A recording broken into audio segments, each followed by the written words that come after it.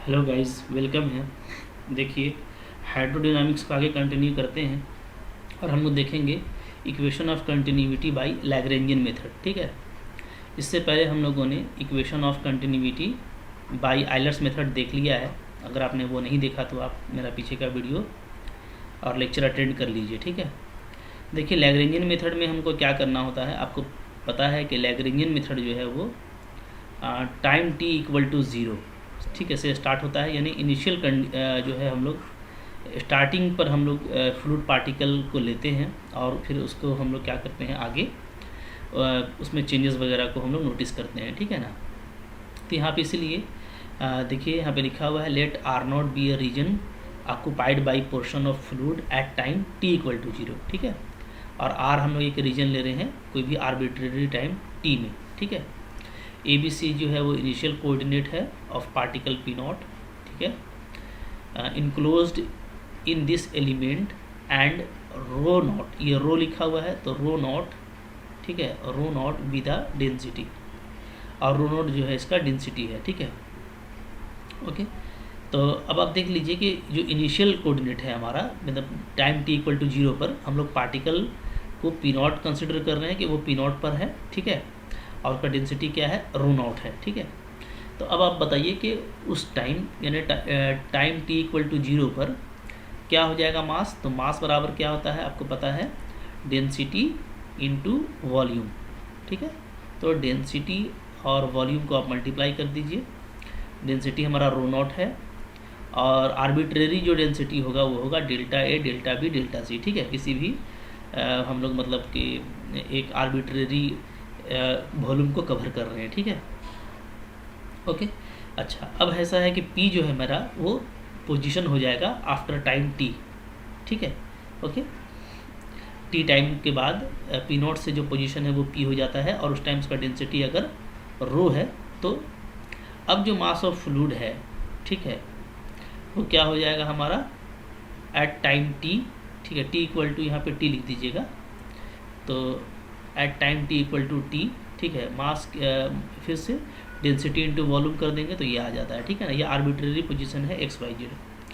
अब देखिए जो law of conservation of mass है हमारा, वो हमको क्या बताता है, वो हमको ये बताता है कि जो इनसाइड वॉल्यूम है वो हमेशा कांस्टेंट रहता है थ्रू आउट दी मोशन। ठीक है, यानी कि T इक्वल टू ज़ीरो पर जो हमको जो मेरा वॉल्यूम होगा, ठीक है, टोटल जो मास होगा वो T इक्वल टू टी पर यही होगा। ठीक है, दोनों बिल्कुल सेम रहेगा। अब हम लोग देखिए जानते हैं, ये एडवांस कैलकुलस आपने पढ़ा हुआ है।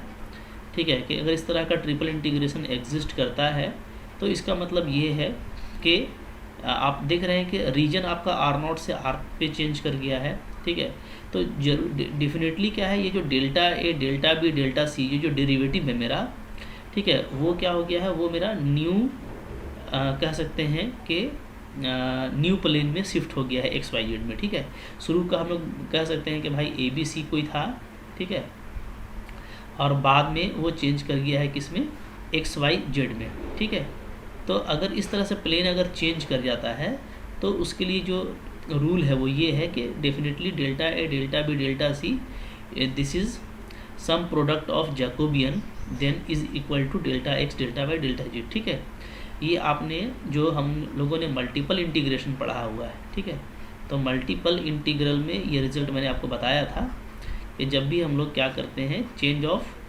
पैरामीटर करते हैं या change of order of integration करते हैं, जैसे यहाँ से आर नॉट से आर आ गया है, ठीक है, रीजन आपका चेंज कर गया है, तो वैसे केस में हम लोग देखते हैं कि जो हमारा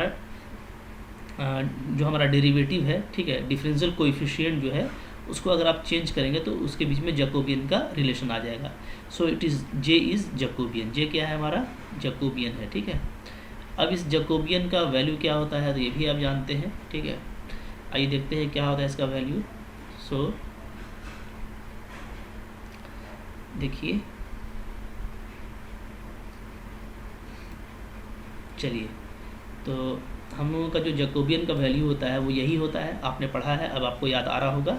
तो हमारा एक्स वाई जेड जो है चेंज कर गया है ए बी सी में, so this is this determinant. Okay, अच्छा, अब देखें अब हम लोग ये करेंगे कि हम लोग इक्वेशन 2 का जो रिज़ल्ट है उसका यूज़ करेंगे।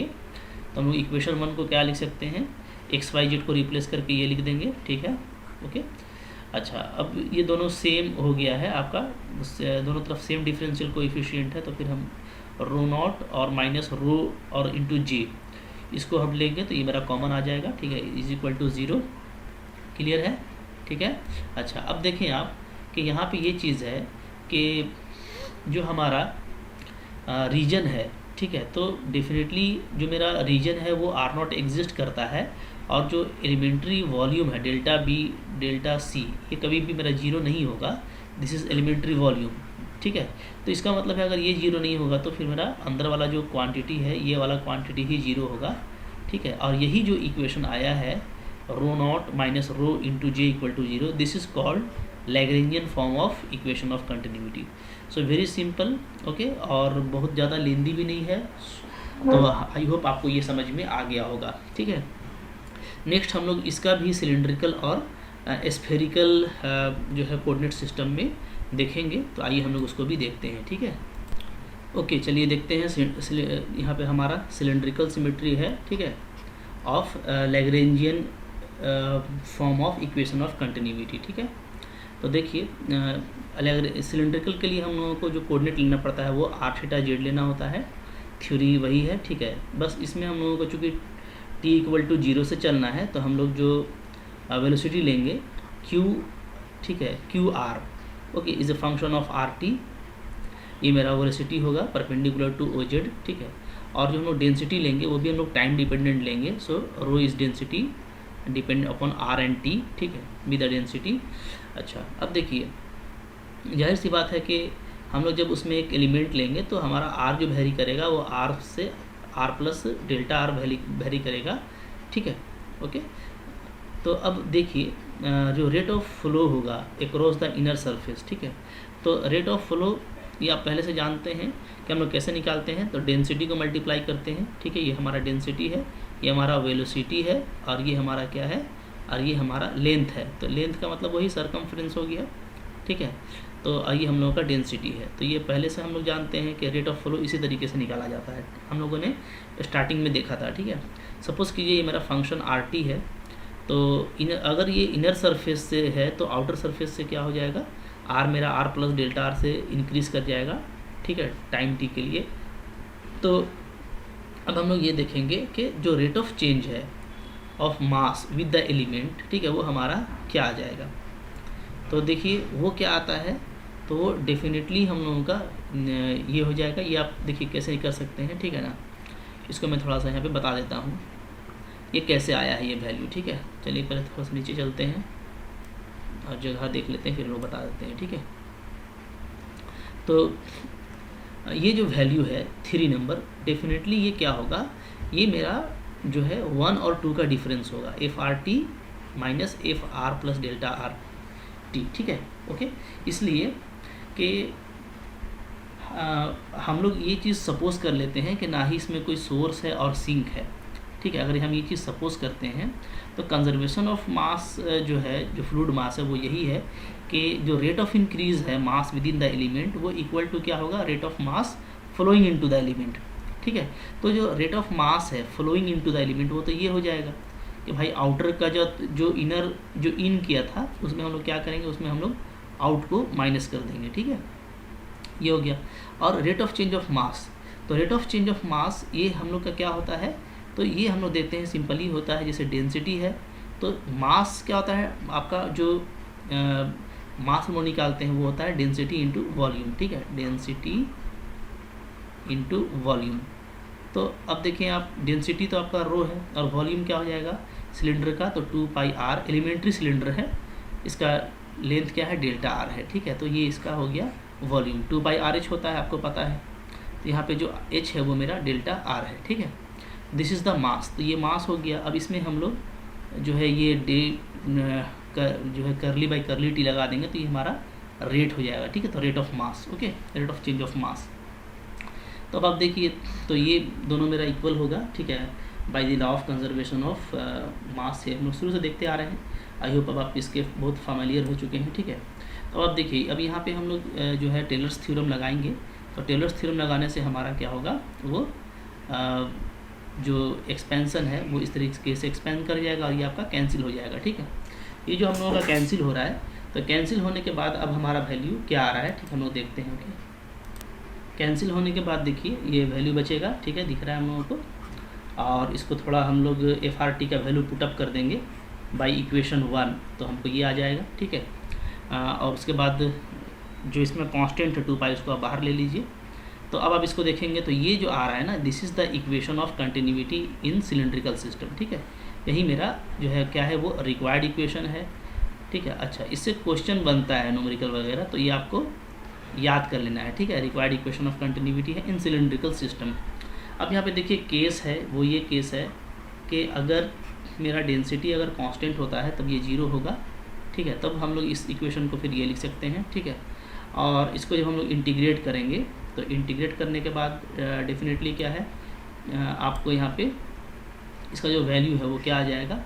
अगर हम लोग इंटीग्रेट करते हैं तो this is since the derivative is constant, so the integrand is constant. ठीक है, तो कांस्टेंट GT और रो GT लेंगे हम लोग, रो कैंसिल कर देंगे, तो this is the another form of equation of continuity when density is constant. ठीक है ना। ओके, ये भी रिजल्ट है, बट वो इम्पॉर्टेंट रिजल्ट हमारा वही था, क्योंकि ये जनरल केस है, तो इसको भी आपको याद कर लेना है। ठीक है, नेक्स्ट हम लोग इसको देखने वाले हैं स्फेरिकल कोऑर्डिनेट सिस्टम में। ठीक है, तो आइए स्फेरिकल कोऑर्डिनेट सिस्टम में देखते हैं। ठीक है, यहाँ पे आप देखिए फर्दर इसको ऐसे रिड्यूस कर सकते हैं। ठीक है ना, और यहाँ पे एक नोट लिखा हुआ है, तो ये नोट भी आप देख लीजिए। ठीक है, चलिए इसके बाद नेक्स्ट हमारा क्या रहा है, स्फेरिकल कोऑर्डिनेट सिस्टम। तो स्फेरिकल कोऑर्डिनेट सिस्टम जो है तो सेम बनेगा, कोई तो कुछ करना नहीं है, बस ये है कि r θ φ होता है, आपको पहले पता है, बता दिया है मैंने, पीछे के वीडियोज़ में आप देख चुके हैं। अब हम लोग वेलोसिटी फिर से वही QRT लेंगे। ठीक है, और डेंसिटी जो है वो हम लोग ρRT ले लेंगे। ठीक है ना, तो R मेरा चेंज कर जाएगा R + Δr से। ठीक है, फॉर एलिमेंट्री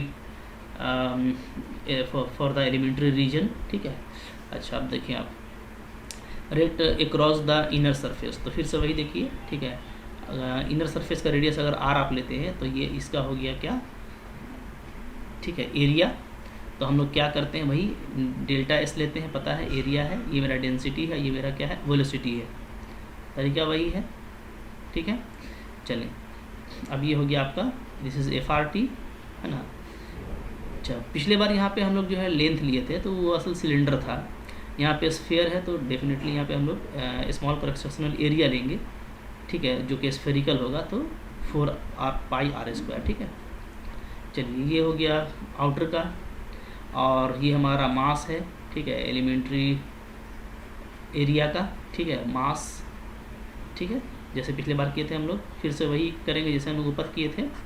क्या होगा, हमारा ये इक्वेशन एग्जिस्ट करेगा। ठीक है, इनर माइनस आउटर करेंगे तो वो रेट ऑफ चेंज ऑफ मास के बराबर आएगा। ठीक है, इसको आप लिख सकते हैं क्या, conservation of by according to conservation of fluid mass, conservation of fluid mass. ठीक है, जो मास कंजर्वेशन है वहाँ से ये चीज़ आता है। ठीक है ना, चलिए तब तो कुछ करना नहीं है, बस इसको सोल्व करना है। देखें अब इसको आप सोल्व करेंगे। ठीक है, तो ये आपका कैंसिल हो जाएगा, टेलर्स से आपको एक्सपेंड कर देना है, तो फिर आपका ये वैल्यू आ जाएगा। ठीक है, जो कांस्टेंट है उसको आप बाहर कर दीजिए, इसको अरेंज कर लेंगे, तो ये जो हमारा फॉर्म आ गया। ठीक है, this form is the spherical coordinate system में हमारा क्या है, इक्वेशन ऑफ कंटिन्यूटी है। ठीक है, लैग्रेंजियन मेथड से। ठीक है, तो ये मेरा रिक्वायर्ड इक्वेशन हो गया, इसको भी आपको याद कर लेना है, क्योंकि ये भी आपका न्यूमेरिकल प्रॉब्लम में आपको सपोर्ट करता है। ठीक है, आई होप आपने इसको याद कर लिया है। ठीक है, और आसान सा है। ठीक है, उसके बाद भी वही कंडीशन जो हम लोग सिलेंड्रिकल में देखे थे, वो कंडीशन आप फिर से यहाँ पे अप्लाई कर सकते हैं। ठीक है ना, देखिए अगर आपका डेंसिटी कांस्टेंट होगा, तो जैसे हमने सिलेंड्रिकल वाले फॉर्म में किया था उसी तरीके से हम यहाँ पे भी कर पाएंगे। ठीक है, तो हमको फिर ये कंडीशन मिल जाएगा अगर हमारा डेंसिटी कांस्टेंट है, बट इम्पॉर्टेंट आपका ऊपर ही वाला है। ठीक है, तो इस तरीके से हम लोग ये देख रहे हैं कि जो लैग्रेंजियन मेथड है इक्वेशन ऑफ कंटिन्यूटी का, ठीक है। आपका काफ़ी इंपॉर्टेंट है, लैग्रेंजियन भी एग्ज़ाम में आ सकता है। तो छोटा छोटा देखिए इस तरह का आर्टिकल है, रिज़ल्ट है, ये एग्ज़ाम में आता है, आप इसको कर लीजिए, ठीक है। आज के लिए इतना ही, फिर हम लोग मिलते हैं इसके बाद नेक्स्ट लेक्चर में, ठीक है। बने रहिए आप हमारे लेक्चर के साथ में। अगर अभी तक हमारे चैनल पे नए हैं तो सब्सक्राइब ज़रूर कीजिए, अपने दोस्तों के साथ शेयर कीजिए, ठीक है। एग्ज़ाम की तैयारी कीजिए। ओके, ठीक है। Thank you very much.